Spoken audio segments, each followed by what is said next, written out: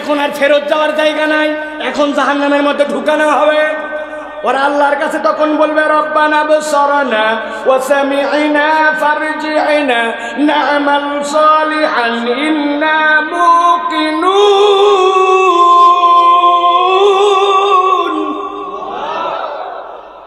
এ রব্বুল আলামিন, যা যা বলছিল আজকে সব দেখে ফেলছি, সব আমাদের কান দিয়ে আজকে শুনে ফেলছি। আল্লাহ, একবার যদি ফারজি'না, এইবার যদি দুনিয়ায় ফেরত পাঠাইতে কি করতাম জানো নাকি? না'মাল সালিহা, আমাদের থেকে বড় নেককার কেউ হতো না। ফজরের আগে যে মসজিদে হাজির হয়ে যাইতাম, জোহরের আজান হওয়ার আগে মসজিদে থাকতাম, প্রয়োজনে টাং টোপলা নিয়া মসজিদেই থাকতে শুরু করতাম। না'মাল সালিহা, আমাদের থেকে বড় ভালো আর কেউ হতো না। আল্লাহ বলছেন ওই দিন এই আফসোস যেন করা না লাগে, এই জন্য দুনিয়া থেকেই বান্দা এই দোষগুলা তুলে দে, নিজেরা কিছু ভালো কাজ কর আর ঈমানকে মজবুত করে আল্লাহর কাছে আয়। সংক্ষিপ্ত সময়, এই জন্য 1 নম্বর কারণটাই পর্যন্ত থাক। চলেন এবার 2 নম্বরে প্রবেশ করি। আমার আল্লাহ রাব্বুল আলামিন কি বলছেন? 2 নম্বর আফসোস তাদের কি হবে? কিয়ামতের ময়দানে অন্যতম একটা ভয়ঙ্কর আফসোসের কারণ এইটা হবে। আমার আল্লাহ রাব্বুল আলামিন যখন বিচারের ময়দান কায়েম করবেন, করার পর আল্লাহ রাব্বুল আলামিন কতগুলা বান্দাকে তার কাছে ডাক দিবেন।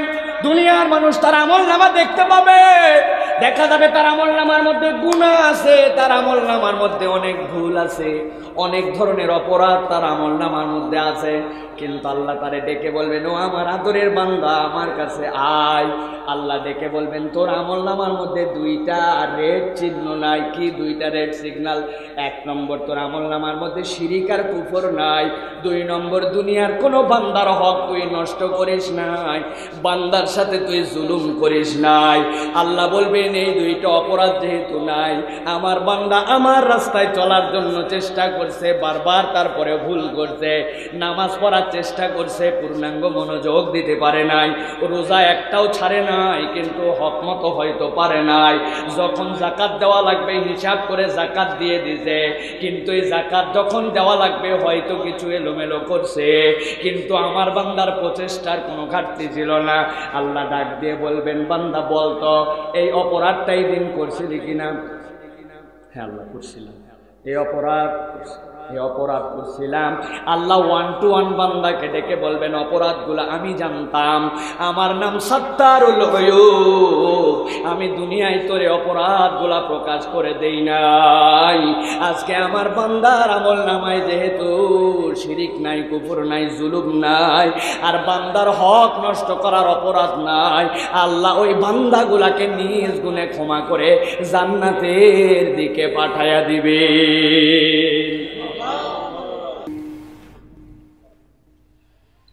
يا ويلتى ليتني لم أتخذ فلانا خليلا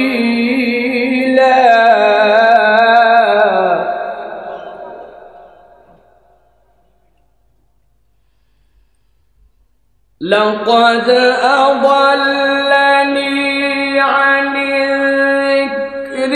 بعد إذ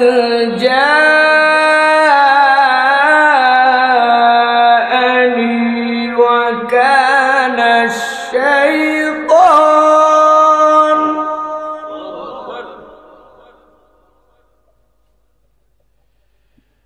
وكان الشيطان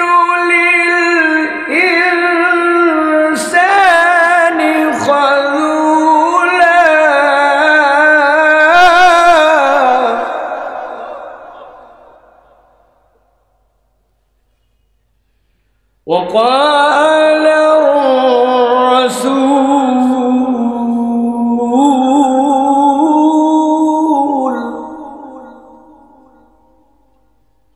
وقال الرسول يا رب إن قومي اتخذوا هذا القرآن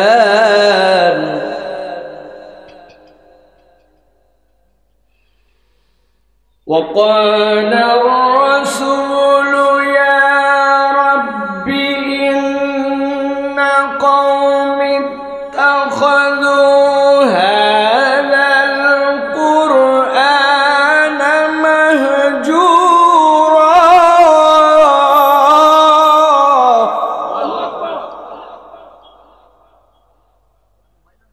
وقال الله سبحانه وتعالى آمرا ومخبرا للمؤمنين والمؤمنات إلى يوم القيامة إن الله وملائكته يصلون على النبي يا أيها الذين آمنوا صلوا عليه وسلموا تسليما اللهم صل على محمد وعلى آل محمد كما صليت على إبراهيم وعلى آل إبراهيم إنك حميد مجيد اللهم بارك على محمد وعلى آل محمد كما باركت على إبراهيم وعلى آل إبراهيم إنك حميد مجيد মিরগঞ্জ যুব কল্যাণ পরিষদের উদ্যোগে আজকের এই উদ্বোধনী তাফসীরুল কোরআন মাহফিল 2021-এর সম্মানিত সুযোগ্য সভাপতি, সম্মানিত অতিথিবৃন্দ, সম্মানিত আলোচক, বিশেষত আমাদের প্রিয় ভাই হযরত মাওলানা কারি আব্দুল্লাহ আল আমিন, আমার সামনে উপবিষ্ট সর্বস্তরের মুরব্বিয়ানে এজাম, আমার ভালোবাসার এবং প্রিয় আমার যারা যুবক ভাইয়েরা, স্নেহের ছোটরা, পর্দার অন্তরাল থেকে যারা শুনছেন আমাদের মা এবং বোনেরা, শুরুতে একবার আপনাদের কাছে সালাম নিবেদন করেছি, আরো একবার আপনাদের দোয়া পাওয়া এবং করার আশায় আপনাদের কাছে সালাম নিবেদন করি। আসসালামু আলাইকুম ওয়া রাহমাতুল্লাহ। আপনারা ভালো আছেন ভাই? আল্লাহ রাব্বুল আমিন আমাদেরকেও ভালো রেখে এই ময়দানে হাজির করেছেন।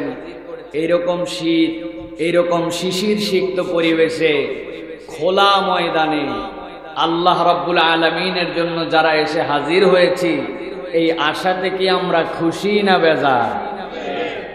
কম না বেশি?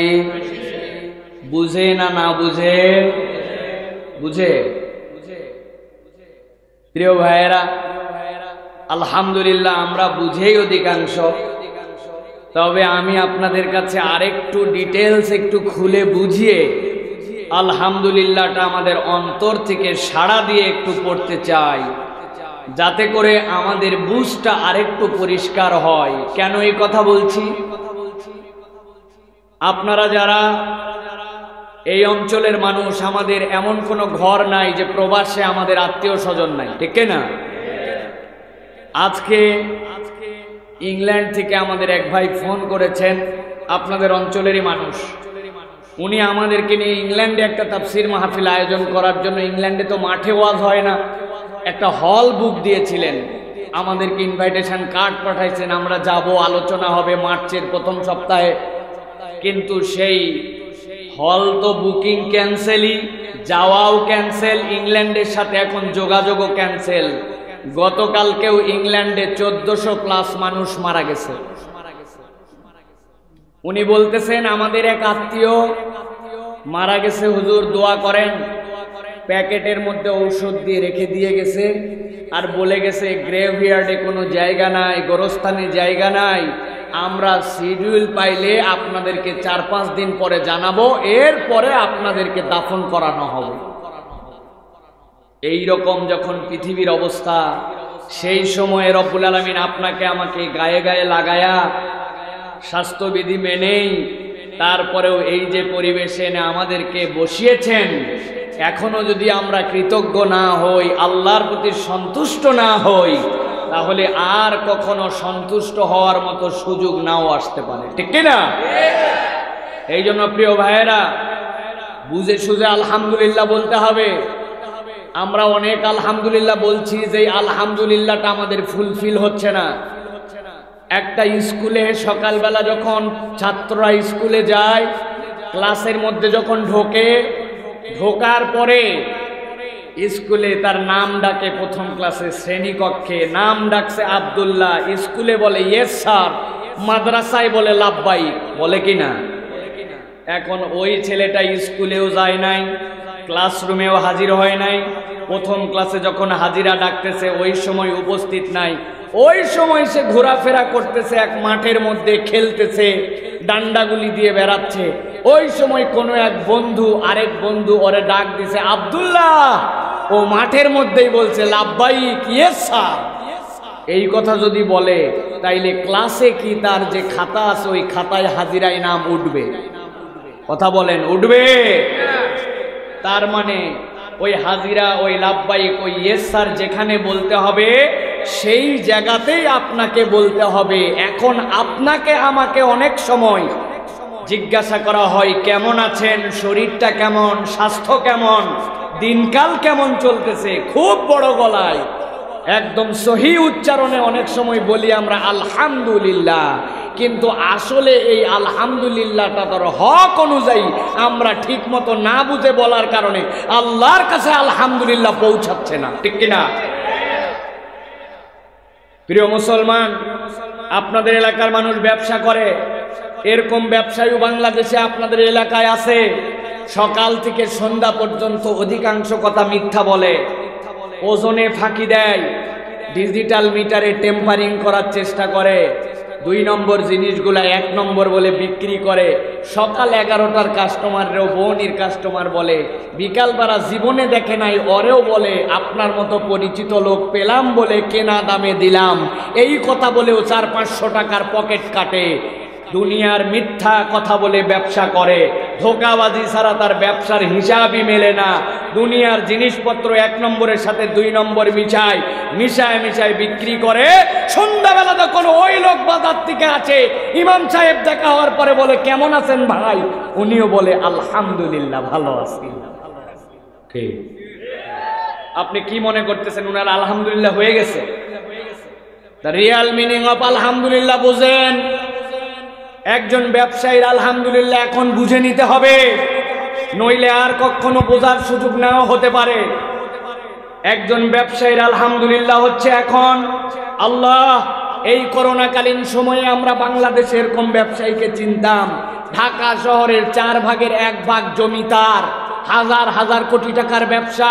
করোনায় আক্রান্ত হওয়ার পরে এই সময় বিমান চলে না, চায়না থেকে চার্টার্ড বিমানে করে ডাক্তার এনেছিল, একটার বদলে 100টা আইসিইউ এ দেওয়ার মতো ক্ষমতা তার ছিল।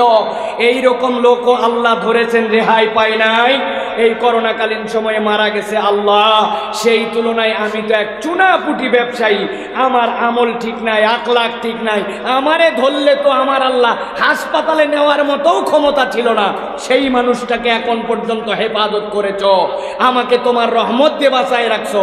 আল্লাহ, আমি তোমার কাছে ওয়াদা করছি আর মিথ্যা কথা বলবো না, 2 নম্বর ব্যবসা করব না, ধোঁকাবাজির ব্যবসা করব না, রমজান মাসে জিনিসপত্র ঘরে রেখে স্টক করে মানুষকে কষ্ট দেওয়ার ব্যবসা করব না, মিথ্যা মুনাফাখোরি আর করব না, 2 নম্বর জিনিসকে 1 নম্বর বলে চালাবো না, 2 টাকা লাভ বেশি করার নিমিত্তে মানুষের কাছে মিথ্যা প্রতারণা প্রবঞ্চনা 2 নম্বর জিনিস চালাবো না।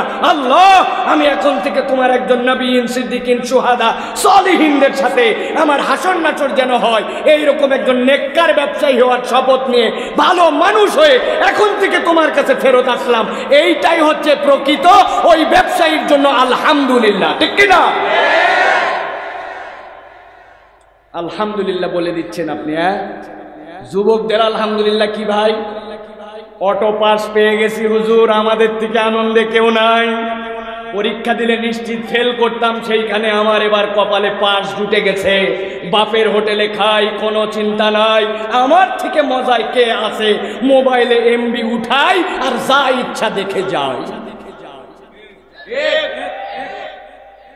যুবক, আপনি জানেন আপনার বাপ মা আপনার প্রতি অসন্তুষ্ট, আপনি পিতামাতার কথা ঠিক মতো শোনেন না, মাগরিবের পরে বাড়িতে ঢোকেন না, গাঁজাখোর ইয়াবাখোর কমসে কম বিড়িখোরের সাথে আপনার বন্ধুত্ব, মসজিদে আজান হয় তখন আপনি বাইরে ডান্ডাগুলি মানেন, ঢুড্ডামি করেন, আপনি চুলের যে ছাঁট দিয়েছেন এইটা কোনো মুসলমান সন্তানের চুলের ছাঁট নয়, আপনি যে প্যান্ট পরেছেন প্যান্টটা আপনার টাকনুর নিচে, এটা কোনো মুসলিম তরুণের আদর্শ নয়, আপনার গায়ের জামা দেখলে কখনো একজন আদর্শ মুসলিম মনে হয় না, পিতামাতা আপনারা নিয়ে টেনশন করে, মুরব্বীরা ভয়ে আপনারা কিছু বলে না, যদি কিছু বলে তাহলে তো মুরব্বীকে অপমান করবে। মোবাইলে রাত দিন এমন অসভ্য অশ্লীলতা মোবাইলের মধ্যে দেখে যেইটা কোনো ইমানদার দেখতে পারে না, ওই ছেলেকে নিয়ে পরিবার চিন্তা করে, সমাজ চিন্তা করে, রাষ্ট্র চিন্তা করে। আমার আল্লাহ রাব্বুল আলামিনের নবী পর্যন্ত তার জন্য কাঁদে, তার কোনো ফিলিংস নাই। মহিলা দেখলে টিজ করে, অসভ্য অসামাজিক হয়ে দুনিয়ার বুকে ঘোরাফেরা করে, ইসলামের পক্ষে তার কোনো মায়া নাই, নামাজ রোজার সাথে তার কোনো খবর নাই। ওরে জিজ্ঞাসা করেন, ও বলে আলহামদুলিল্লাহ। আপনার আলহামদুলিল্লাহ হয় নাই,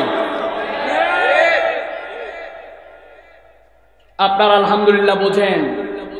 আল্লাহ কত ইউরোপিয়ান কান্ট্রি ছিল, ওই ইউরোপিয়ান কান্ট্রির মধ্যে যারা দুনিয়ার মধ্যে এত উন্নত থাকার পরেও আমার বয়সী কত যুবক দুনিয়ার থেকে হারায় গেল, সেখানে আমার মতো একজন লোকরে তুমি বাঁচায় রাখছো। আল্লাহ রব্বুল আলামিন, এটা তোমার অনুগ্রহ ছাড়া আর কিছুই নয়। আমি তোমার কাছে ফেরত আসলাম। আল্লাহ এখন থেকে বাপ মার সাথে আর কখনো হাকার দিয়ে কথা বলবো না। বাপ মা শিক্ষিত অশিক্ষিত যাই হোক, তার সাথে আমি কখনো খারাপ ব্যবহার করব না। পিতামাতার কথা পছন্দ না হলেও মানার চেষ্টা করব। মুরব্বীদের সাথে বেয়াদবি করব না। মিথ্যা কথা গালিবাজ এই সম্পর্ক আমার থাকবে না। আমার মোবাইলের এমবি খরচ করে আমি আর খারাপ কিছু দেখব না। আই রব্বুল আলামিন, আমি আর টাকনুর নিচে কাপড় পরবো না। আমার জামা কাপড় উগ্রতা এমন হবে না যেটা দেখলে মুসলিম সামাজিক তরুণ বলে। আমি এখান থেকে ফেরত আসার চেষ্টা করব। আজান হবে আর মসজিদ ছাড়া আমার কোথাও পাওয়া যাবে না। এখন থেকে আমি এরকম আদর্শ যুবক হয়ে হাসান হোসাইন যেই জান্নাতে যুবকদের সর্দার হবে, সেই যুবকদের সাথে থাকার নিয়ত করে, ইসলামের পক্ষে কোরআনের পক্ষে চলার নিয়ত করে আজকের থেকে শপথ নিলাম। This is the Real meaning of আলহামদুলিল্লাহ। ঠিক কিনা?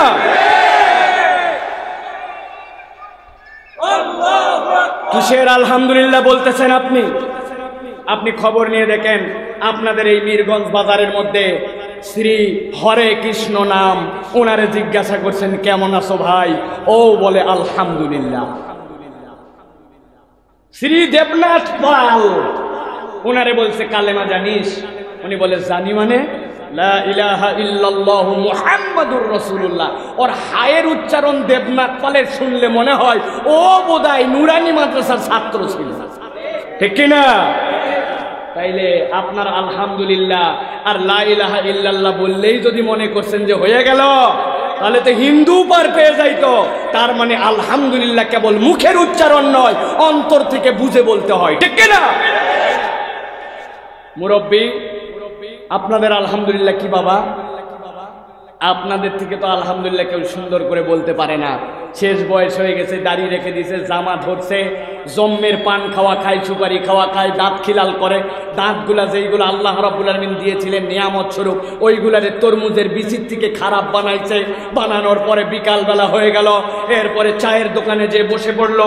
বসার পরে ডান পাশে বসছে ওনার গিবত কমিটির সভাপতি, বাম পাশে বসছে গিবত কমিটির সেক্রেটারি, উনি হচ্ছেন ক্যাশিয়ার। উমুকের বইয়ের কি হলো, তুমুক হুজুরের কি হলো, উমুক দেশের কি হলো, তুমুক জায়গার কি হলো, তার ছেলের কি হলো, উমুক দলের কি হলো, রাত দিন গিবত গিল্লা। স্ত্রীর সাথে সুন্দর করে কথা বলে না, নিজের ছেলের বউ তার প্রতি অসন্তুষ্ট। যুবকরা যেন নামাজি হয় এরকম কোনো প্রচেষ্টা নাই। ছোটবেলায় 3টা সূরা শিখছিল, একটা কুল হু আল্লাহ, একটা ইন্না আতাইনা, আরেকটা সূরা আসর। এর বাইরে নতুন 4 নম্বর সূরা জানে না, সানার অর্থ জানে না, নামাজের তাসবির অর্থ জানে না, সুবহানা রাব্বিয়াল আলা অর্থ জানে না, সামি আল্লাহু লিমান অর্থ মানে কি জানে না। এখন পর্যন্ত সুদের কারবার ছাড়ে নাই, মুখ দিয়ে এখনো বিশ্রী গালি দেয়। উনি বলতেছে আলহামদুলিল্লাহ। আপনার আলহামদুলিল্লাহ মুরব্বী হয় নাই, হয় নাই আপনার আলহামদুলিল্লাহ। আপনার আলহামদুলিল্লাহ কি? ভালো করে বোঝেন। WHO বিশ্ব স্বাস্থ্য সংস্থা জানাইছিল যে যাদের বয়স 60-এর উপরে এরা সবচেয়ে বেশি ডেঞ্জার জোনে আছে। আল্লাহ, যেই দেশের স্বাস্থ্যই কি আর স্বাস্থ্যবিধি কি, আর এই দেশের কিসের হাসপাতাল, এখন পর্যন্ত আমারে তুমি এখন পর্যন্ত হেফাজত করেছো রব্বুল আলামিন, এটা তোমার বিশেষ অনুগ্রহে আমার বয়স 60, 70, 80 হয়ে গেল। আল্লাহ, আমি তোমার দিকে এখন ফেরত আসার শপথ নিলাম। গিবত গিল্লা যাদের সাথে, তাদের জায়গায় আমি আর বসি না, আমি মুখ দিয়ে আর গালি দেই না, আমি আর সুদের দাদনের ব্যবসা করি না রব্বুল আলামিন, আমি স্ত্রীর সাথে আর খারাপ আচরণ করি না। আল্লাহ, এতদিন পর্যন্ত কোরআন পারি নাই, এখন থেকে কোরআন পড়ব, নতুন সূরা জানার চেষ্টা করব, নামাজের দোয়া তাসবিহগুলো হুজুরের কাছে, মাদ্রাসায় যে, হেফজোখানায় যে, যেমনে পারি এখন থেকে শেখার চেষ্টা করব। আমার জীবনটা বাকি সময়টুকু আল্লাহ রসুলের সুন্নাত অনুযায়ী চলার চেষ্টা করব। এখনো মুখে দাড়ি নাই আপনার, আমি দাড়িটা রেখে দিব। আল্লাহ, আগে তো খালি ফরজ পড়তাম, এখন সুন্নত পড়ব, তাহাজ্জুদ পড়ব, চাষ্ট পড়ব, ইশরাক পড়ব। আমি একজন পরিপূর্ণ আল্লাহ এবং তার রসুলের দিকে চলার চেষ্টা করব। যুবকরা যেন মসজিদে আসতে পারে তার প্রচেষ্টাকারী হব, ছোট বাচ্চারা যেন মসজিদে আসার চেষ্টাকারী হয় তার জন্য আমার জীবন দিয়ে দিব। আমি তোমার একজন ভালো মানুষ হয়ে জীবনের বাকি সময়টুকু পার করতে চাই। এটাই হচ্ছে একজন মুরব্বীর জন্য প্রকৃত আলহামদুলিল্লাহ। প্রিয় ভাইয়েরা, এখন আমরা একটু নিজের জীবনের সাথে হিসাব মিলাই নেই যে আমাদের আলহামদুলিল্লাহ কি আল্লাহর কাছে পৌঁছাচ্ছে না পৌঁছাচ্ছে না। যদি না পৌঁছায় তাইলে এই তিনটা কনসেপ্টের সাথে নিজেদের জীবন মিলাই নেই, যাই ঠান্ডা মাথায় চিন্তা করি আমার কি ল্যাকিংস আছে, আমার কি গ্যাপ আছে, একটু দেখার চেষ্টা করি, একটু খোঁজার চেষ্টা করি। প্রিয় ভাইয়েরা, আল্লাহ রাব্বুল আলামিন আমাদেরকে বুঝ দান করুক, বলেন আল্লাহুম্মা আমিন। প্রিয় ভাইয়েরা, আল্লাহ রাব্বুল আলামিনের বান্দারা, এই দুনিয়ার বুকে আমরা যারা আছি, আজকে আমার আলোচ্য বিষয় সিলেক্ট করে দেয়া হয়েছে। এই বিষয়ের উপরে আমি সংক্ষিপ্ত সময় আপনাদের কাছে কথা বলবো, ঈশা পর্যন্ত। প্রিয় ভাইয়েরা, একটু রব্বুল আলামিনের দয়ার দিকে আমরা যদি একটু তাকাই, তাহলে আমরা বুঝতে পারবো আমাদের রব, যার নাম রহমান, যার নাম গফফার, তার রহমান আর তার গফফার নাম এমনি এমনি হয় নাই। অনেক মুফাসসির, অনেক মুহাদ্দিস বলতেছেন আল্লাহর জাত পাকের নাম আমরা জানি আল্লাহ, কিন্তু আল্লাহর জাতের আরেকটা নাম হচ্ছে রহমান। সুবহানাল্লাহ। রহমান লিদুনিয়া ওয়াল আখিরাহ, যিনি রহমান তিনি দুনিয়ার জন্য আখিরাতের জন্য। গফফার মানে কি? গফফার মানে হচ্ছে ফাআলুনের ওজনে আসছে গফফার। গফফার আর গফুর দুটার মধ্যে রাত দিন পার্থক্য আছে। গফুর মানে ক্ষমাকারী, আর গফফার মানে যিনি বারবার বারবার বারবার বান্দাকে ক্ষমা করেন।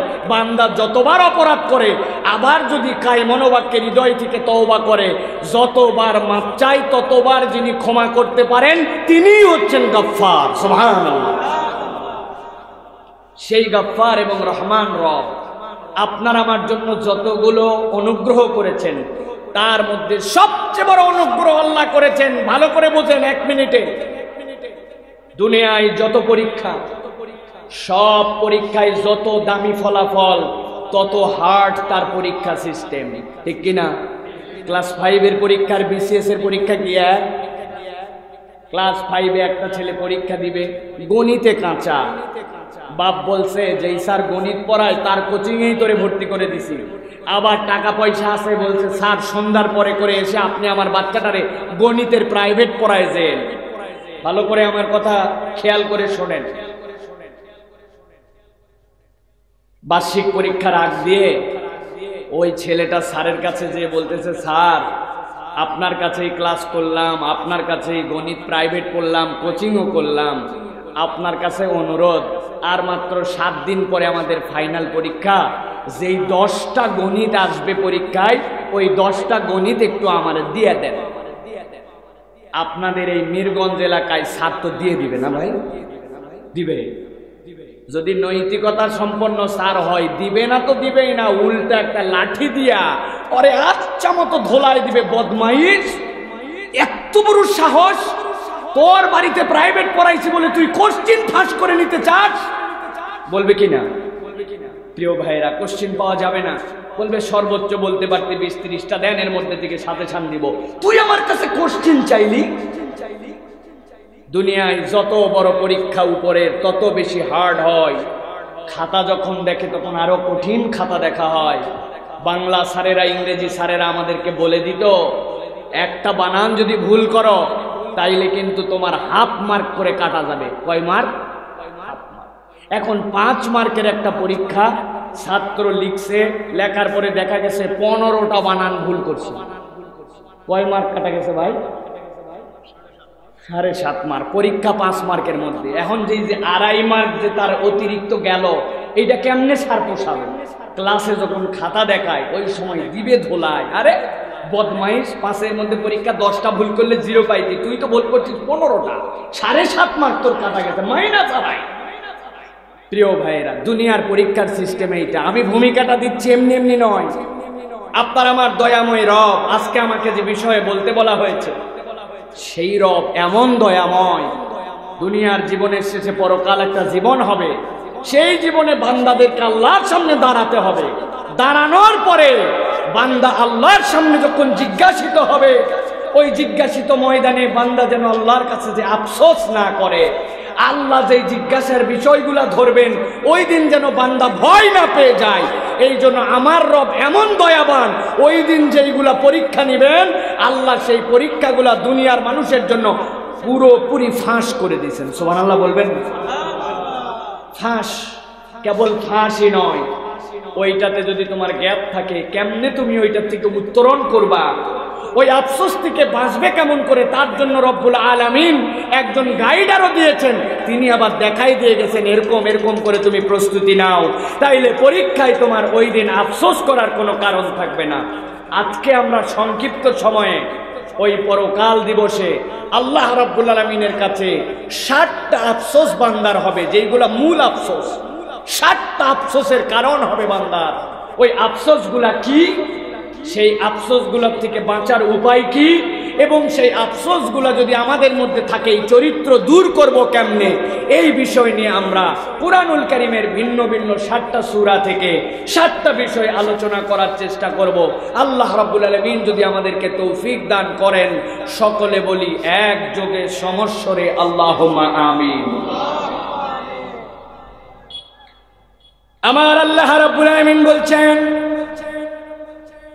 দুনিয়ার মানুষ শুনে রাখো, দুনিয়ার জীবন যখন তোমাদের শেষ হয়ে যাবে, রব্বুল আমিনের সামনে যখন দাঁড়াবে, বান্দাদের অন্যতম একটা কারণ হবে আফসোসের জন্য ওই দিন।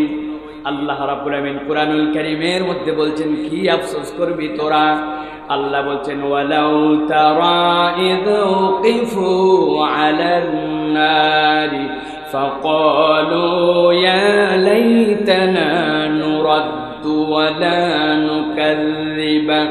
ولا نكذب بآيات ربنا ونكون من المؤمنين। আমার আল্লাহ রাব্বুল আমিন বলছেন, ও দুনিয়ার মানুষ, গভীর মনোযোগের সাথে চিন্তা করো আর ভাবো। আল্লাহ বলছেন, ওয়ালাউ তারা ইয উকিফু আলান নার, দুনিয়ার বুকে যারা জাহান্নাম আছে কিনা আছে এই নিয়ে সন্দেহ করত, অত বেশি পরকাল দিবসে আল্লাহর সামনে দাঁড়াতে হবে পাত্তা দিতে চাইতো না।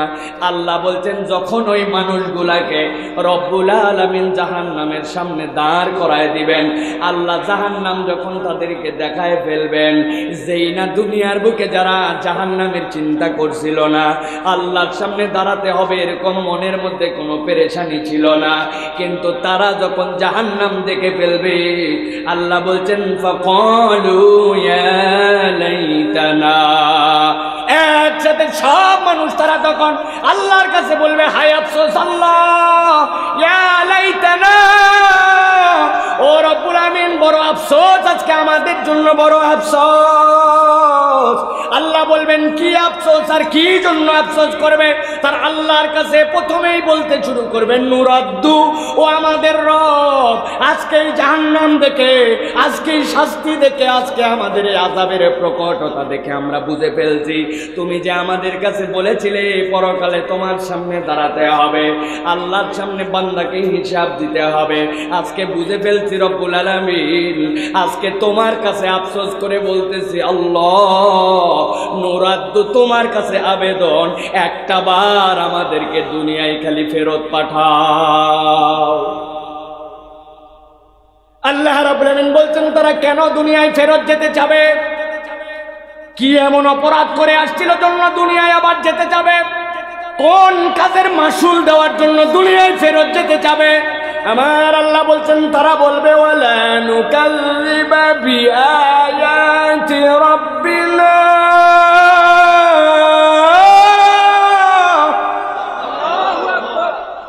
রব্বুল আলামিন একবার যদি দুনিয়ায় আমাদেরকে ফেরত পাঠাও, আমরা তোমার কাছে ওয়াদা করতেছি আল্লাহ ওয়ালা নুকাযযিবা বিআয়াতি রাব্বিনা, আমরা এবার দুনিয়ায় গেলে তোমার আর একটা আয়াত অস্বীকার করব না। প্রিয় মুসলমান বলেন তো, ওই দিন আল্লাহর কাছে যে বান্দা যদি বলে আল্লাহ আমাকে একটা বার একটু দুনিয়ায় ফেরত পাঠাও, এবার গেলে আমি তোমার একটা আয়াত অস্বীকার করব না, এই আবেদন কি আল্লাহর কাছে ওই দিন গৃহীত হবে? কথা বলেন হবে? আমার আল্লাহ বলছেন ওরা এরপরে কি বলবে? তারা বলবে ওয়ানাকুনা মিনাল মুমিনিন,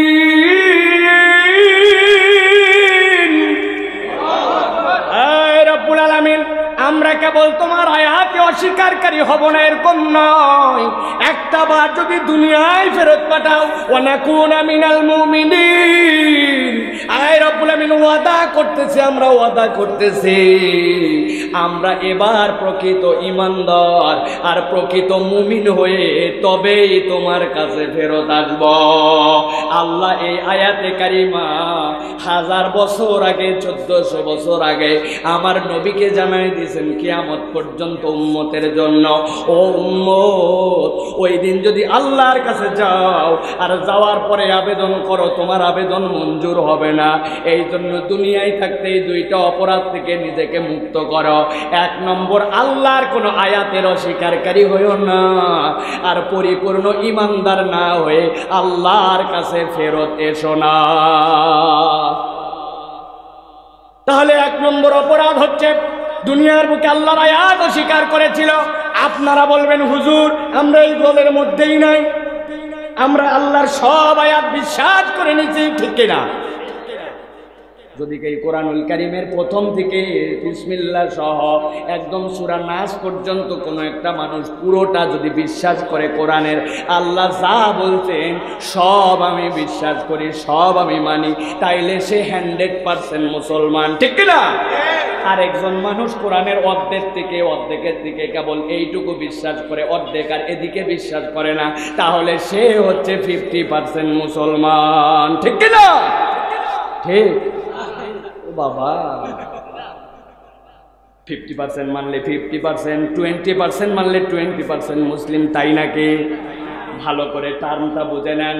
আল্লাহর এই কোরআনুল কারীমের পুরাটা মানলে সে 100%, আর একটা যদি শব্দের একটা অক্ষরের একটা জবরজের কেউ অস্বীকার করে, আল্লাহ রাব্বুল আমিনের নিয়ম নীতি অনুযায়ী আমাকে চলতে হবে, আল্লাহর দেওয়া বিধান আমাকে মানতে হবে, আল্লাহর দেওয়া তরিকায় আমার বাচ্চার যখন ইজাব আর কবুল হয় তখন আল্লাহর দেখানো তরিকায় আমাকে তাকে ইজাব কবুল করাতে হবে, আল্লাহর দেওয়া পদ্ধতি অনুযায়ী দুনিয়ার বুকে যখন বিবাহ হবে তখন ওই মেয়েটাকে কিছু দেনমোহর দিতে হবে। কিন্তু এই পর্যন্ত আল্লাহর আয়াত মানে, আর ওই লোকটাই নামাজে, ওই লোকটাই হাজী সাহেব, ওই মেয়েরকে বিয়ে দেওয়ার সময়, ওই ছেলের বিয়ে দেওয়ার সময় পণ নেয়, পণ খায়, বিয়ের আগের 3 দিন যে আনন্দ ফুর্তি করে, বিয়ের পরে 3 দিন যে গান বাজায়, ড্রাম বাজায়, ওইটা কোন কোরআন আর কোন হাদিসে আছে? ভালো করে বুঝেন। মুখে বলতেছে আল্লাহ তোমার কোন বিধানের অস্বীকারী নয়, কিন্তু আমার আল্লাহ বলছেন ওই দিন তারা যাওয়ার পরে বলবে ওয়ালা নুকাযযিবা বিআয়াতি রাব্বিনা, আয় রব্বুল আমিন বুঝতে পারি নাই। কিন্তু ওই দিন আল্লাহর কাছে যাওয়ার পরে যদি বুঝতে পারি নাই বলে, ওই মানুষগুলার কিন্তু আল্লাহর কাছ থেকে বাঁচার কোনো উপায় থাকবে না, ঠিক কিনা? দুনিয়ায় এরকম অনেক অনেক মুসলমান আছে ফজরের নামাজ 2 রাকাত বিশ্বাস করে, যোহরের নামাজ 4 রাকাত বিশ্বাস করে, আসরের নামাজ যা বিশ্বাস করে, আল্লাহর ঘরে মক্কায় যে হজ করতে হবে বিশ্বাস করে, আল্লাহ রাব্বুল আলামিনের দেওয়া রমজান মাসের রোজা সকাল থেকে সন্ধ্যা পর্যন্ত রাখতে হবে, ইচ্ছা করে পানি খাইলে খাবার খাইলে রোজা ভেঙে যায়, আল্লাহ এবং রসুল বলছেন এইটা বিশ্বাস করে, এই পর্যন্ত আয়াতে তার ঈমান আছে। আর আল্লাহ যেই না বলেন যদি কেউ চুরি করে আমার বিধান অনুযায়ী হাতও তার কাটা লাগবে, যদি জেনা করে প্রমাণ হয়ে যায় তাহলে বিবাহিতের জন্যই শাস্তি, অবিবাহিতের জন্যই শাস্তি। এই কথা বললে বলে এইগুলা নবীজির সময় চলতো, এখন বাংলাদেশে এইগুলা বাস্তবায়ন সম্ভব নয়। কোন বক্তা যদি এই কথা বলে তারে আবার বলে এই হুজুররে চিনে ফেলছি, আগে মনে করছিলাম এরকম তো না, এখন বুঝছি হুজুর এই দলের এজেন্ট। রাত দিন বাহিরে বাহিরে নামাজ পড়ে, রমজান মাসে পাক্কা মুসল্লি সাথে, ঈদের দিনে অনেক আগে আসে, সমাজের মধ্যে দারুণ দারুণ পোস্টে আছে, কিন্তু তলে তলে যখন ঘুরে তখন চিন্তা করে মিরগঞ্জের যুব কল্যাণ পরিষদের তাফসীরটা কোনোভাবে যদি আটকায় দেওয়া যায় তো বড় বেশি ভালো হইতো, বেকায়দায় পরে এবার করতে দেওয়া লাগলো।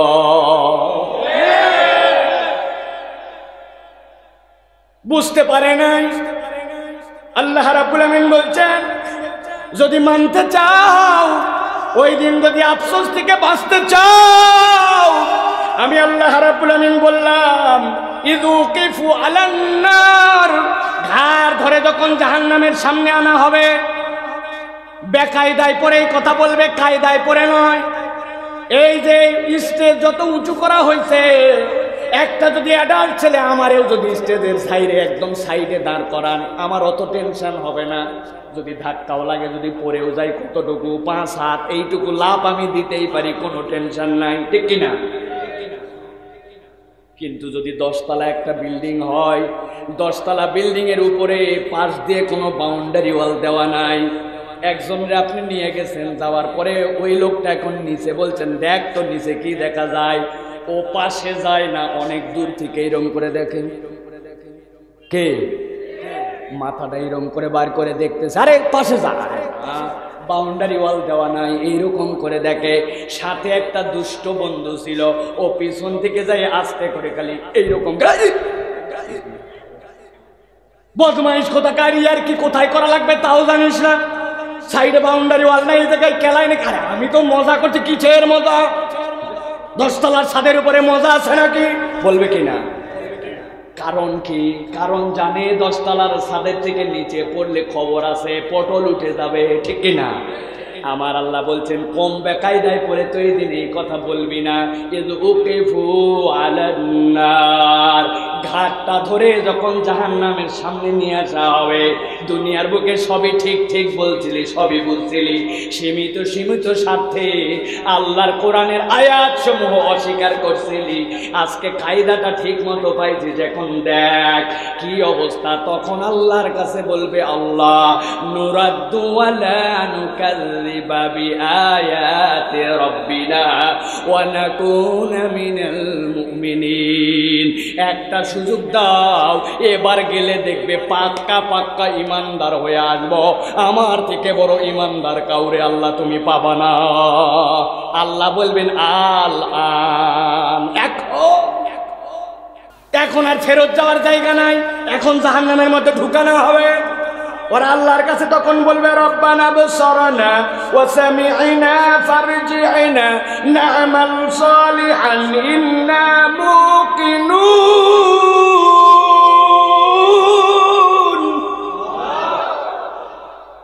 রব্বুল আলামিন যা যা বলছিল আজকে সব দেখে ফেলছি, সব আমাদের কান দিয়ে আজকে শুনে ফেলছি। আল্লাহ একবার যদি ফারজি'না, এইবার যদি দুনিয়ায় ফেরত পাঠাইতে কি করতাম জানো নাকি? না'মাল সালিহা, আমাদের থেকে বড় নেককার কেউ হতো না। ফজরের আগে যে মসজিদে হাজির হয়ে যাইতাম, জোহরের আজান হওয়ার আগে মসজিদে থাকতাম, প্রয়োজনে টাং টোপলা নিয়া মসজিদেই থাকতে শুরু করতাম। নামাল সলিহা, আমাদের থেকে বড় ভালো আর কেউ হতো না। আল্লাহ বলছেন ওই দিন এই আফসোস যেন করা না লাগে, এই জন্য দুনিয়া থেকেই বান্দা এই দোষগুলা তুলে দে, নিজেরা কিছু ভালো কাজ কর আর ঈমানকে মজবুত করে আল্লাহর কাছে আয়। সংক্ষিপ্ত সময়, এই জন্য 1 নম্বর কারণটাই পর্যন্ত থাক। চলেন এবার 2 নম্বরে প্রবেশ করি। আমার আল্লাহ রাব্বুল আমিন কি বলছেন? 2 নম্বর আফসোস তাদের কি হবে? কিয়ামতের ময়দানে অন্যতম একটা ভয়ঙ্কর আফসোসের কারণে এটা হবে। আমার আল্লাহ রাব্বুল আমিন যখন বিচারের ময়দান কায়েম করবেন, করার পর আল্লাহ রাব্বুল আমিন কতগুলা বান্দাকে তার কাছে ডাক দিবেন। দুনিয়ার মানুষ তার আমলনামা দেখতে পাবে, দেখা যাবে তার আমলনামার মধ্যে গুনাহ আছে, তার আমলনামার মধ্যে অনেক ভুল আছে, অনেক ধরনের অপরাধ তার আমলনামার মধ্যে আছে। কিন্তু আল্লাহ তারে ডেকে বলবেন, ও আমার আদরের বান্দা, আমার কাছে আয়। আল্লাহ ডেকে বলবেন, তোর আমলনামার মধ্যে 2টা রেড চিহ্ন নাই। কি 2টা রেড সিগন্যাল? 1 নম্বর, তোর আমলনামার মধ্যে শিরিক আর কুফর নাই। 2 নম্বর, দুনিয়ার কোনো বান্দার হক তুই নষ্ট করিস নাই, বান্দার সাথে তুই জুলুম করিস নাই। আল্লাহ বলবেন, এই 2টা অপরাধ যেহেতু নাই, আমার বান্দা আমার রাস্তায় চলার জন্য চেষ্টা করছে বারবার, তারপরে ভুল করছে, নামাজ পড়ার চেষ্টা করছে, পূর্ণাঙ্গ মনোযোগ দিতে পারে নাই, রোজা একটাও ছাড়ে নাই, কিন্তু হক মতো হয়তো পারে নাই। যখন যাকাত দেওয়া লাগবে হিসাব করে যাকাত দিয়ে দিছে, কিন্তু এই যাকাত যখন দেওয়া লাগবে হয়তো কিছু এলোমেলো করছে, কিন্তু আমার বান্দার প্রচেষ্টার কোনো ঘাটতি ছিল না। আল্লাহ ডাক দিয়ে বলবেন, বান্দা বলতো এই অপরাধটাই দিন করছিলি কিনা? হ্যাঁ আল্লাহ করছিলাম, এই অপরাধ করছিলাম।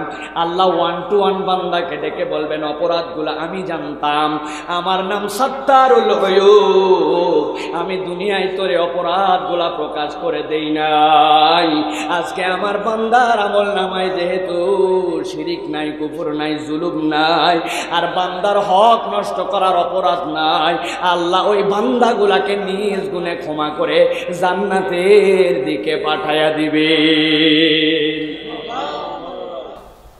একটা দল দেখতে পাইল, হারে এদের আমলনামার মধ্যে তো গুনাহ আমরাও দেখেছিলাম, সব মানুষ মিলেই তো আমরা আল্লাহর সামনে ওই দিন দাঁড়াইছিলাম, কিন্তু আজকে দেখে এই বান্দাগুলাকে মাফ করে দেওয়া হলো, আজকে এই বান্দাগুলাকে ছেড়ে দেওয়া হলো। কিন্তু আমাদের দিকে আল্লাহর নবী বলতেছেন, ও দুনিয়ার মানুষ জেনে রাখো, ইন্নাল্লাহা লা ইয়ানজুরু ইলাইহা, আল্লাহ একটা শ্রেণীর আমলনামা যেই না তার সামনে আসবে, আল্লাহ নিজের মুখটাও তাদের দিকে দিবেন না, মুখ ফিরাই নেবেন।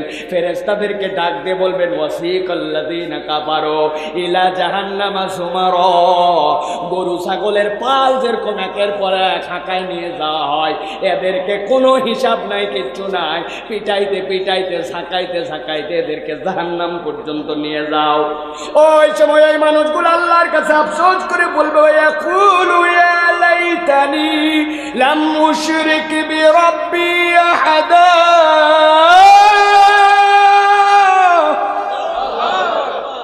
আয় আমাদের রব, আজকে আমাদের থেকে বড় আফসোস আর কারো নাই, আমাদের থেকে হতভাগার দুনিয়ার বুকে কেউ নাই। নিজেদের পরিচয় তারা দিবে, হারে কত মানুষ গুনাহ করলো, কত মানুষ অপরাধ করলো, আমি দেখলাম রব্বুল আমিন তাদেরকে মুক্ত করে দিলেন, তাদেরকে ছেড়ে দিলেন, কিন্তু আমরা এমন আসামি হয়েছি আমাদের আর কোনো ছাড়ার উপায় নাই। আফসোস করবে, মাথা চাপড়া পেয়ার আল্লাহর কাছে বলবে, ইয়া লাইতানি লাম উশরিক বিরাব্বি আহাদা, আমরা যদি আল্লাহ আজকে কেবল শিরিক না করে আসতাম, আজকে আমরা বেঁচে যাইতাম, কিন্তু আমাদের আমলনামায় শিরিক থাকার কারণে আমলনামার বাটিতে পাত্রতে আমাদের একটা সওয়াব যুক্ত হয় না, সওয়াব শেষ, ফাঁকা পাত্র নিয়ে আল্লাহর কাছে গেছে। সিলেট অঞ্চলের মুসলমান খেয়াল করেন, আপনাকে যদি এত বড় একটা হীরার পাত্র দেওয়া হয়, ধরেন এত বড় হীরার পাত্র পাওয়া বড় কঠিন, দুনিয়াতে এত বড় হীরাই নাই, পাত্র তো দূরের কথা, এই পাত্রটার দাম হবে ধরেন 100 কোটি টাকা, তাও পাওয়া যাবে না এত বড় একটা হীরার ডায়মন্ডের পাত্র। আরেকটা ওই সাইজের পাত্র সোনার রাখা হয়েছে পাশে। ওই পাত্রটার দাম ধরেন কমসে কম 20-30 লক্ষ টাকা। তার পাশে আরেকটা পাত্র রূপার এই সাইজের যদি হয় কমসে কম 2-2.5 লক্ষ টাকা। তারপরে আরেকটা পাত্র রাখা হয়েছে পাশে, ওইটা হচ্ছে মাটির পাত্র। আমাদের কামাররা বানাইছে সেইটা, কুমাররা বানাইছে সেইটা। ওইটার দাম যত বেশি হোক 50 টাকার বেশি হবে না, একটা শানকি। 4টা পাত্রই রাখা হয়েছে। হীরার পাত্র কোটি কোটি টাকা দাম, সোনার পাত্রের দাম লাখ লাখ টাকা, রূপার পাত্রের দামও হাজার হাজার টাকা। এইটা মাত্র 50 টাকা। প্রথম পাত্র, দ্বিতীয়, তৃতীয় যেইটা সোনা রূপা হীরা সবগুলার নিচে দিয়ে একটা সুই যাবে, একটা চুল ঢুকবে, এরকম ছিদ্র করা হয়েছে। আর মাটির পাত্রে কোনো ছিদ্র নাই। একটা গোয়ালাকে ডেকে বলছে 1 নম্বর বিশুদ্ধ দুধ এই 4টা পাত্রের মধ্যেই ঢেলে দে, হাফ লিটার করে করে। মাথা খাটায়া ঠান্ডা মাথায় উত্তর দেন তো, আধা ঘন্টা 1 ঘন্টা পর যদি আসা যায় 4টা পাত্রই ফুল ফুল ছিল। এখন ওই 4 পাত্রের মধ্যে কোন পাত্রে দুধ টিকবে? না, আমি মনে করছিলাম আপনাদের বুদ্ধি টুদ্ধি আছে, আপনাদেরও বুদ্ধি কম। আরে 10 কোটি টাকা দাম, টাকার গরমেই তো হীরার পাত্রে থাকতে হবে দুধ, থাকবে না? ক্ষমতার দাপটে পরপর 3 বারের এমপি, ভোটে হোক আর বিনা ভোটে যাই হোক, এলাকায় আমার বাহিনী আছে, পুলিশ আমার হাতে, র্যাব আমার হাতে। কি বলো, আমি রাষ্ট্রপতি ছিলাম, আমি জাতিসংঘের মহাসচিব, থাকবে থাকবে। জাতিসংঘের মহাসচিবের পাত্র বলে কথা, ওর নিচে ফুটা থাক আর না থাক, উনি ক্ষমতায় বলবে থাকা লাগবে, থাকবি না কেন হবে? প্রিয় মুসলমান, ভালো করে বুঝে নেন, আপনার পাত্র যতই দামি হোক, আপনি যতই ক্ষমতাধর হন, আর যতই দুনিয়ায় দরবেশি নিয়ে চলাফেরা করেন আর যাই করেন, আপনি যদি ঈমান না বোঝেন, আপনি যদি ইসলাম না বোঝেন, আপনি যদি আল্লাহর সাথে শিরিক করে যান, আল্লাহ বলছেন ও মুসলমান, তোমার আমল নামা ওই দিন শূন্য দেখতে পাবে, আমল নামার মধ্যে তোমার কিছুই থাকবে না। ঠিক কিনা? এই জন্য সবার আগে আপনাকে শিরিক বুঝতে হবে। আল্লাহর সাথে যদি আপনার শিরিক হয়, আপনার বাঁচার কোনো উপায় নাই, উপায় নাই। 360 আউলিয়ার পুণ্যভূমি সিলেট, মিরগঞ্জ বাজার থেকে গাড়ি ভাড়া করে রওনা হয়েছে। কোথায় যাচ্ছেন আপনারা? বলে আমার এই ছেলের বউয়ের বিয়ে হয়েছে 5 বছর, এখন পর্যন্ত বাচ্চা হয় না। আমার শাশুড়ি মান্যত করছে 1 মণ চাউলের, এবার বাবা শাহজালালের দরগায় মান্যত দিবে। ভালো কথা, যান মান্যত দিতে। কেন যাচ্ছেন? কই ছেলে যে বাচ্চা হয় না এই জন্য যাচ্ছি। বাবা শাহজালাল আউলিয়া কি বাচ্চা দেয় না? কেন না, শাহজালাল আউলিয়া কোত্থেকে বাচ্চা দিবে? উনার কি বাচ্চা দেওয়ার ক্ষমতা আছে নাকি? তো 1 মণ চাউলের মান্যত নিয়ে যে রওনা হয়েছেন, ব্যাপার কি? ও বুঝায় বলতেছি, শুনেন, সব তো বুঝেন না আপনারা, বুঝেন, আমাদের কাছেও কিছু বুঝার আছে। কি বুঝা? বলে শাহজালাল আউলিয়া রিজিক দিতে পারে না, বাচ্চা দিতে পারে না, উনি তো মারা গেছেন, উনার আবার কিসের ক্ষমতা? তবে উনি যেমন তেমন আল্লাহর ওলি ছিলেন না, উনি আল্লাহর মকবুল একজন ওলি, উনি দিতে পারেন না, কিন্তু আল্লাহর প্রেমে, আল্লাহর মুহাব্বতে উনি এমন আউলিয়া হইছে, উনার কাছে যদি মান্যতটা দেওয়া হয়, বাবা আউলিয়া শাহজালাল খুশি হন। আর উনি খুশি হলে উনি একটু আল্লাহকে বলে দেয়, আল্লাহ দেয়, খালি উনার খুশির বদৌলতে দেয়। বলেন সুবহানাল্লাহ, সুবহানাল্লাহ। হাই হাই, কাদের সাথে ওয়াজ করতেছি? প্রিয় মুসলমান, ভালো করে বোঝেন যুক্তিটা সুন্দর কিনা। যুক্তি সুন্দর, কিন্তু মুসলমান এই যুক্তিটাই আবু জেহেল দিয়েছিল।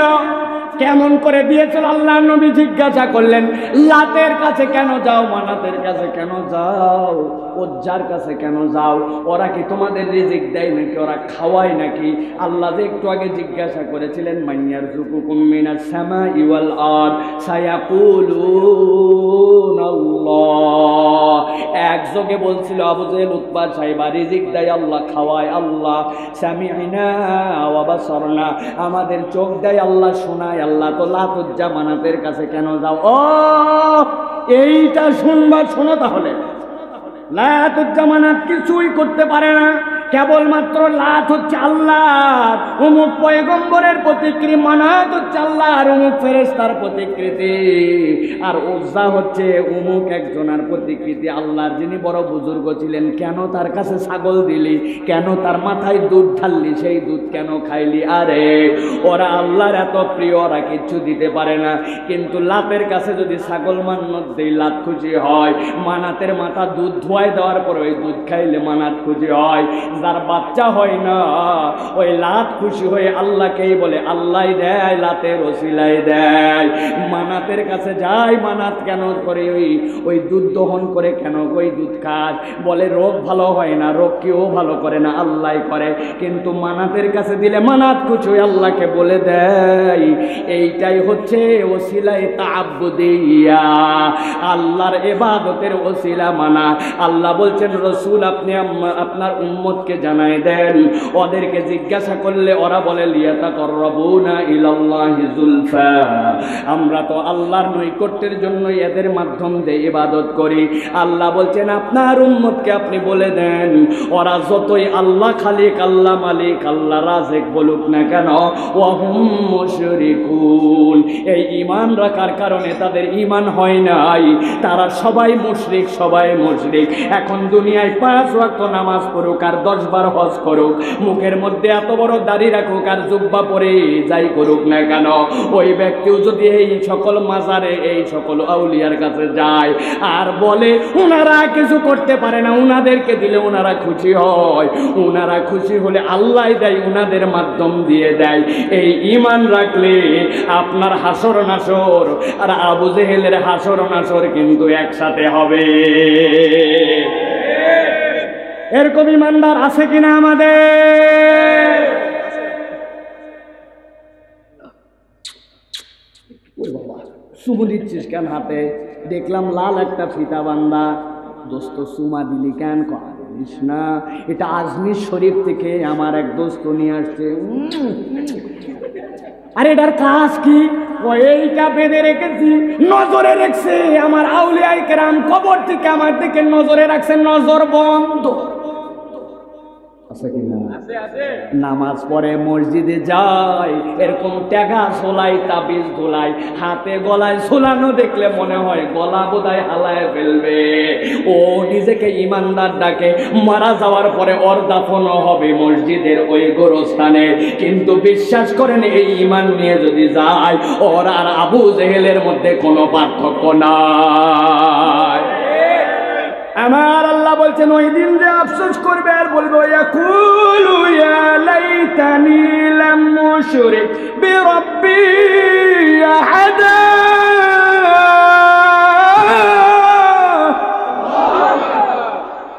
আল্লাহর কাছে যে বলবে, আল্লাহ যত অপরাধ করে আসি না কেন আমার বাঁচার কায়দা ছিল, কিন্তু আমি শিরিক করে আসার কারণে আমার কোনো বাঁচার কায়দা নাই, আমার থেকে বড় আফসোসকারী ওই দিন আর কেউ নাই। প্রিয় মুসলমান বলেন তো, ওই দিন আল্লাহর কাছে এই কাজ আর এই আফসোস করে কোনো লাভ হবে? আল্লাহর কাছে যে বলছেন, আল্লাহ আমি বুঝে করি নাই, ভুলে করছিলাম। কি বলছে? ভুলে করছিলাম, ওই হুজুর বলছিল জন্য আমি করছি, আমার কি দোষ? আল্লাহ হুজুরে ধরেন, হুজুরে আল্লাহ আনবেন, দুইটাকে একসাথে আনবেন, কিন্তু হুজুর খালি একাই যাবে না, সাগরের 6 দুই ধারে বাঁধা হবে। কারণ একমাত্র অপরাধ মুখস্থ করেন, মুখস্থ করেন, মুখস্থ করেন, যেই অপরাধ ভুল করে করেছি বললেও আল্লাহ রাব্বুল আলামিন মাফ করবেন না। শিরক, ভুল করে করছি বললে আল্লাহ মাফ করবেন না। ওই অপরাধের নাম কি?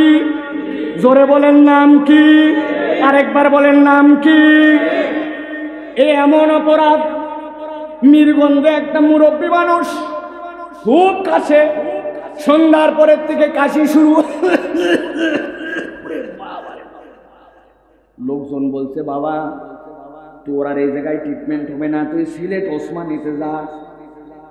গেছে ডাক্তার দেখাচ্ছে, ডাক্তার বলছে টেনশন নাই, 21 দিন পরে যক্ষার পরীক্ষা করা হবে, তার আগে কতগুলা সিরাপ দিয়ে দিচ্ছে, ওষুধ দিচ্ছে, নিয়ম করে খাওয়া লাগবে। ঠিক আছে বাবা।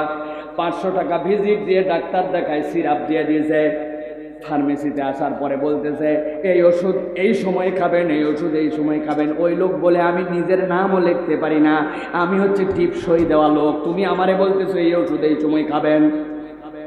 বলবেন না আগে বাবা, উপায় আছে, বুদ্ধি আছে আমাদের কাছে। কাঁচি দিয়া কোনার মধ্যে কাটে দিয়েছে। কেন কাটলে বাপ? যেইগুলি কাটা আছে ওইগুলি খাওয়ার আগে খাবেন, আর যেইগুলি কাটা নাই ওইগুলা খাওয়ার পরে। এই দেখেন আপনার বোতল, বোতলের গায়ে 1 টান 2 টান 3 টান, 3টা টান দেওয়া হয়েছে, 3 বার খাবেন, সকাল দুপুর রাত। এইরকম করে ফার্মেসিওয়ালারা আমাদেরকে বুঝায় দেয় কিনা? ঘুমায় গেছেন কারা ভাই? মাগরিবের পরে ঘুমায় গেছেন? একটু কথা বলেন, দেয় কিনা? বাড়িতে নিয়ে চলে আসছে, রাত্রেবেলা ওষুধ খেয়ে শুয়ে পড়ছে, জানালার উপর ওষুধ রেখেছে। সকালবেলা আবার কাশি, বেদম কাশি উঠছে। বাসায় একটা ছোট্ট মেয়ে আছে, তার মেয়েটাকে বলছে মা ওই জানালার উপর ঔষধ আছে, দেখ বোতলের গায়ে দাগ দেওয়া আছে, ওই ঔষধটা নিয়ে আয়, 1 চামচ আমার জন্য, ওইখানে খাপ আছে, ওইটা করে ঢেলে নিয়ে আয়। মেয়েটা মাসুম বাচ্চা, ছোট, গেছে। যাওয়ার পরে ওইখানে দেখে বোতল তো অনেক গুলায় রাখা আছে। সকালবেলা উনার ছেলে খেতে গিয়েছিল, বেগুনের ক্ষেত, সিমের ক্ষেত, ওইখানে ইনসেকটিসাইড দিছে, ইন্ডিল দিছে, বিষ দিছে। ওই বিষের বোতলও পাশে এনে রাখছে। ওইখান থেকে ওই মেয়ে চিনে নাই, 1 কাপ ঢালছে, 2 চামচ পাক্কা মাপ করে আব্বার এনে দিছে। আব্বার কাশি ঠেলায় দেখার সময় নাই, ঢক করে মুখে মাইরে দিছে। বুঝে থাকলে বলেন তো, এই যে মুখের মধ্যে দিয়ে দিল 2 কাপ 2 চামচ পরিমাণ ইন্ডিল বিষ, এইটা খাওয়ার পরে ওই লোকের কি কোনো ক্ষতি হবে?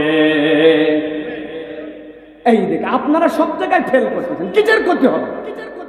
মূর্খ মানুষ, মাসুম বাচ্চা দিছে, পড়ালেখা জানে না, বুঝে নাই, ভুল করে, ইচ্ছাও ছিল না, এর বলে ইন্ডিল খেয়ে ফেলছে, তাও ক্ষতি হবে।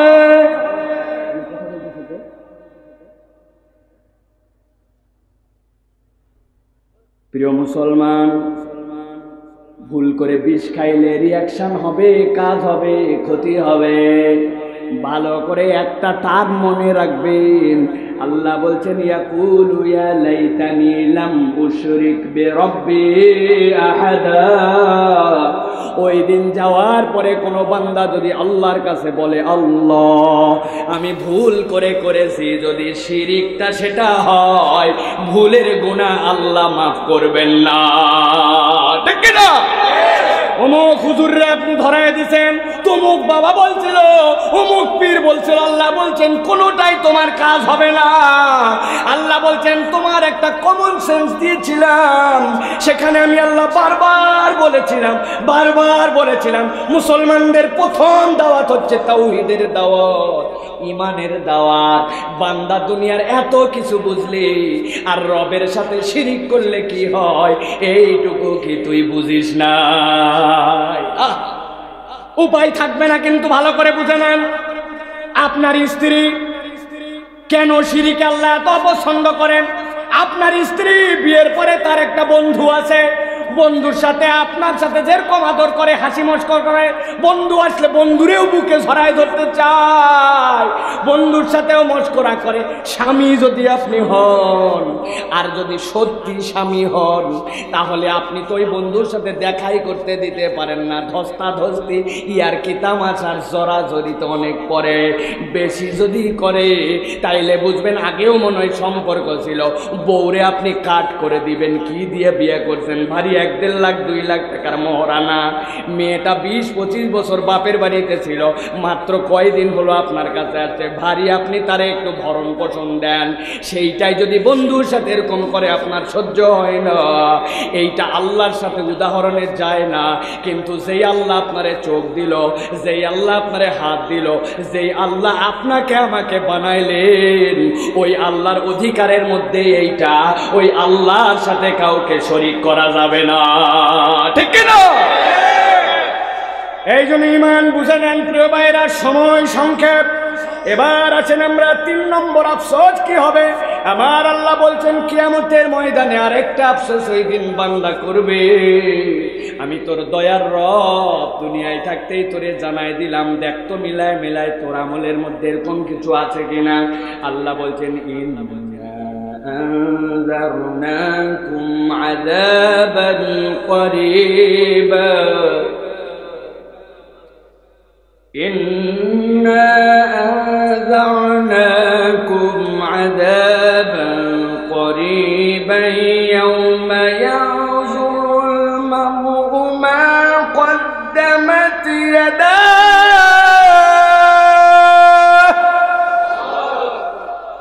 ويقول الكافر يا ليتني كنت ترابا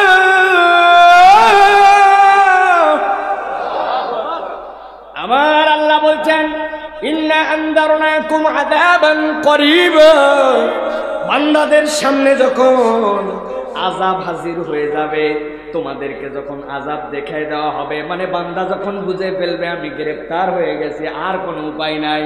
এর আগে বলছিল তারে সত্যি করে বল, কিচ্ছু বলবো না, খবরদার তুই স্বীকার করে যা, তাইলে কিন্তু তোর পাপ কম হবে, নানান কিছু বুঝাইছে, কোনোটাই কথা শুনে নাই। এখন গ্রেফতার করে যেই না ঠ্যাঙ্গানি দিচ্ছে, আগে স্বীকার করে নাই, এখন যা করে নাই তাও বলতে বললে বলে, কি ভাই না বানান দিচ্ছে, এখন যা না তোমার যা মন চায় এই ধারায় সব মুখ দিয়ে বের করে নেওয়া যাবে। আল্লাহ বলছেন ইন্না আনযারনাকুম আযাবান করিবা, যখন আযাব দেখে ফেলবে, খেয়াল করেন ইয়াউমা ইয়ানজুরুল মার'উ মা কদ্দামাত ইয়াদাহু, বান্দার সামনে যখন পরিষ্কার হয়ে যাবে কি কি সে করে আসছিল সব পেয়ে গেছে বান্দা। আমার আল্লাহ বলছেন এইটা দেখার সাথে সাথে ও বুঝে ফেলবে যে আযাবের মুখামুখি করে আমার ভবিষ্যৎ আর আমার সামনে আমলনামা দিয়ে দেওয়া হয়েছে, এখন আমার আর কোনো তেরিবেরি করে উপায় নাই। বান্দা আফসোস করে আল্লাহর কাছে বলতে শুরু করবো ইয়াকুলুল কাফিরু ইয়া লাইতানি কুনতু তুরাবা, আয় আল্লাহ আজকে যদি মাটি হয়ে যাইতাম তাইলে বড় ভালো হতো। কি হতে চাই? মাটি হতে চাই। দুনিয়ায় কিন্তু আমরা শুনছি কিছু গান ছিল আগে, আমি মাটি হব, মাটি বলে না, দুনিয়ায় মাটি না, ওইখানে যাওয়ার পরে কাফেররা বলবে আমরা যদি মাটি হইতাম। এত কিছু থাকতে মাটি কেন হতে যাবে?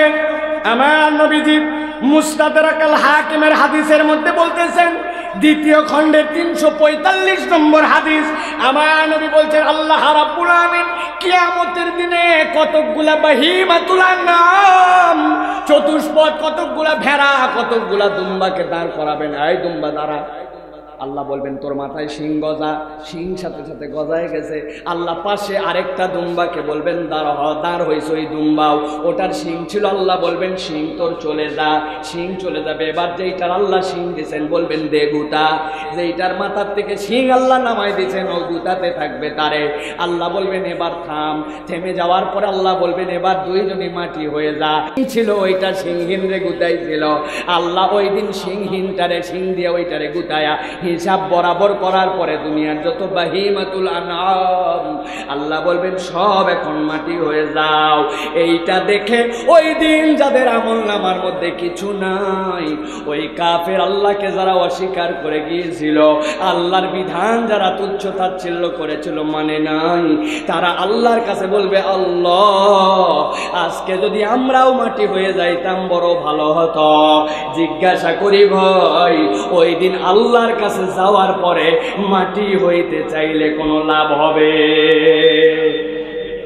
ওয়াল তানজুর নাফসুম মা কদ্দামাত লিগাদ, আল্লাহ এই জন্য বলছেন মানুষ যেন হিসাবের খাতায় দেখে আগামীর জন্য কি পাঠালো, কালকের জন্য কি সে রিজার্ভ করছে, বান্দা যেন হিসাব করে তবে সামনে যায়, নইলে ওই দিন বিপদের বাজার হবে, আফসোসই করবে, আফসোসের দাম পাওয়া যাবে না। আল্লাহ এই জন্য বলছেন কিছু চালান রেডি করে আমার কাছে আয়। আল্লাহ রাব্বুল আমিন এরপরের আফসোসের কথা বলছেন, খেয়াল করেন। আল্লাহ বলছেন ইয়াকুলু ইয়া লাইতানি কদ্দামতু লিহায়াতি ফায়াউমাইযিন লা ইউআযিবু আযাবাহু আহাদ ওয়া লা ইউসিকু ওয়াসাকাহু আহাদ।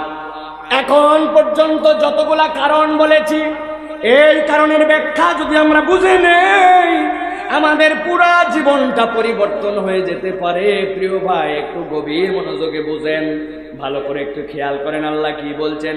আল্লাহ বলছেন ইয়াকুলু ইয়া লাইতানি কদ্দামতু লিহায়াতি। আই আমার আল্লাহ, আজকে আমাদের আফসোসের কারণ হচ্ছে আমরা যদি পরকালের জন্য কিছু টাকা পয়সা পাঠায়া আসতাম। কি পাঠাতাম? দুনিয়ায় বাংলাদেশে চলার জন্য টাকা পয়সা লাগে, কিন্তু এই টাকায় নিয়ে যদি আমেরিকায় যান, আমেরিকায় চলবে না। আমেরিকায় কি লাগে? ইংল্যান্ডে যদি যান কি লাগে? সৌদি আরবে গেলে কি লাগে? আল্লাহ বলতেছেন ইয়াকুলু ইয়া লাইতানি কদ্দামতু লিহায়াতি। দুনিয়ার জীবনই আমার জীবন নয়, এই জীবনের পরে একটা জীবন আছে। ওই জীবনের জন্য রব্বুল আলামিন যদি কিছু কারেন্সি পাঠাইতে পারতাম, এই দুনিয়ার জীবনের পরে পরের জীবনের কারেন্সির নাম হচ্ছে সওয়াব। ভালো করে খেয়াল করেন, ওই জীবনের কারেন্সির নাম হচ্ছে সওয়াব। ওইখানে চলার জন্য কিছু লাগবে। যখনই কোনো বান্দা বলবে ইয়াকুলু ইয়া লাইতানি কদ্দামতু লিহায়াতি, আমার আল্লাহ এই বান্দার উপরে এমন রাগ করবেন, এমন অসন্তুষ্ট হবেন।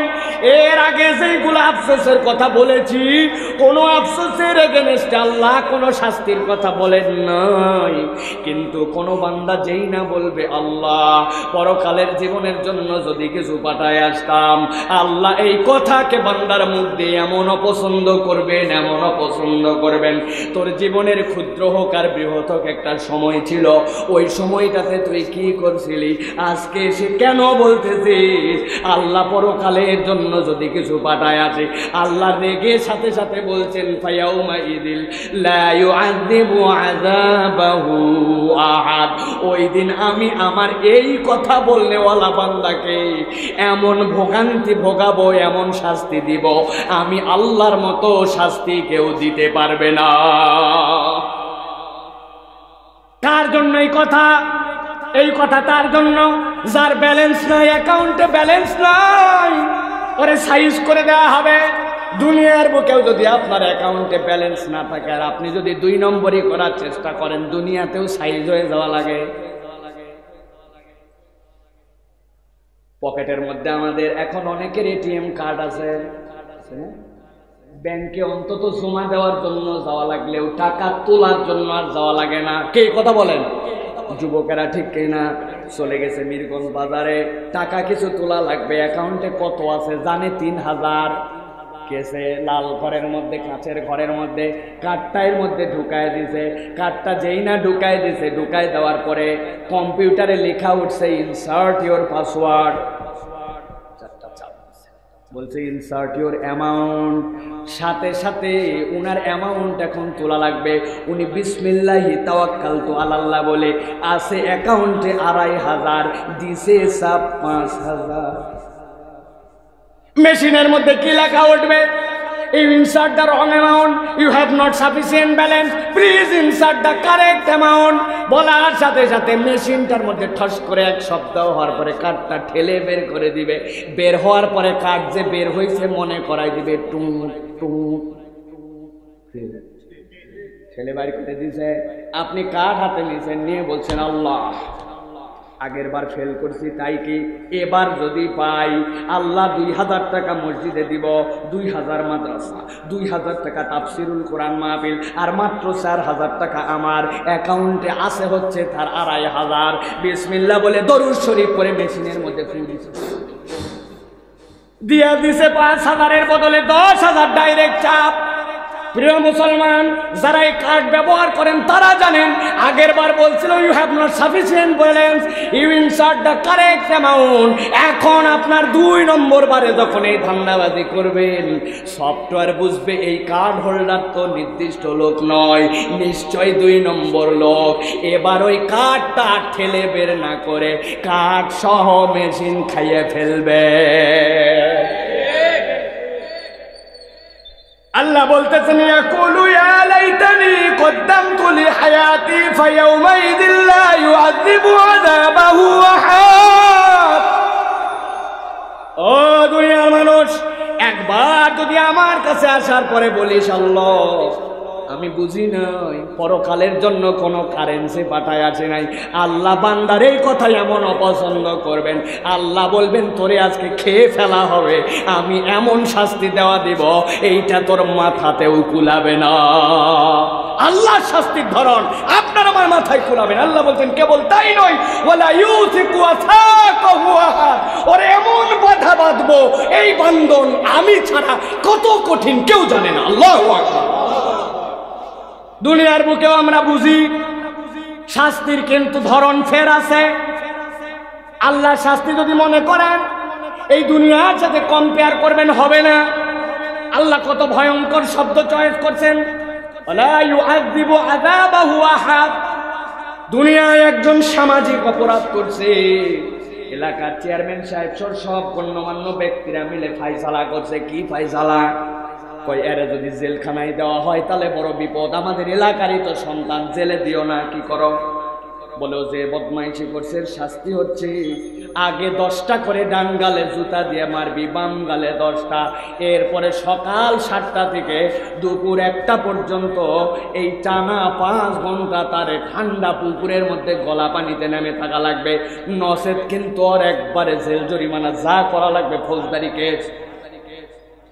উপায় নাই, বাপ মা সবাই মিলে মাইনে নিয়েছে। কিন্তু বলেন তো ভাই, এইরকম হাড় কনকনে শীতের মধ্যে যদি 5 ঘন্টা থাকে, খবর আছে কিনা?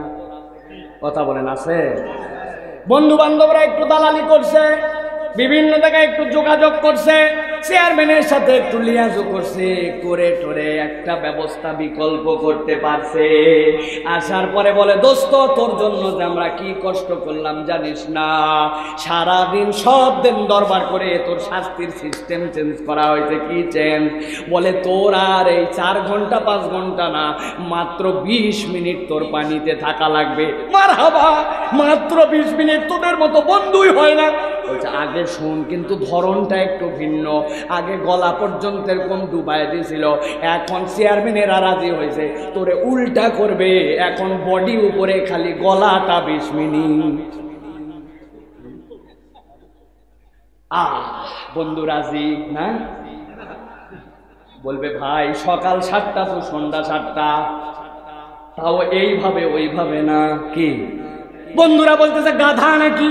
উপর দিকে যখন করবো তোরে শর্ট দিয়ে মুড়াই দিব, দামি জ্যাকেট পরাবো, প্রয়োজনে কম্বল দিয়ে দিব, দিয়ে 20 মিনিট মাত্র নিচে থাকবে। কি সমস্যা?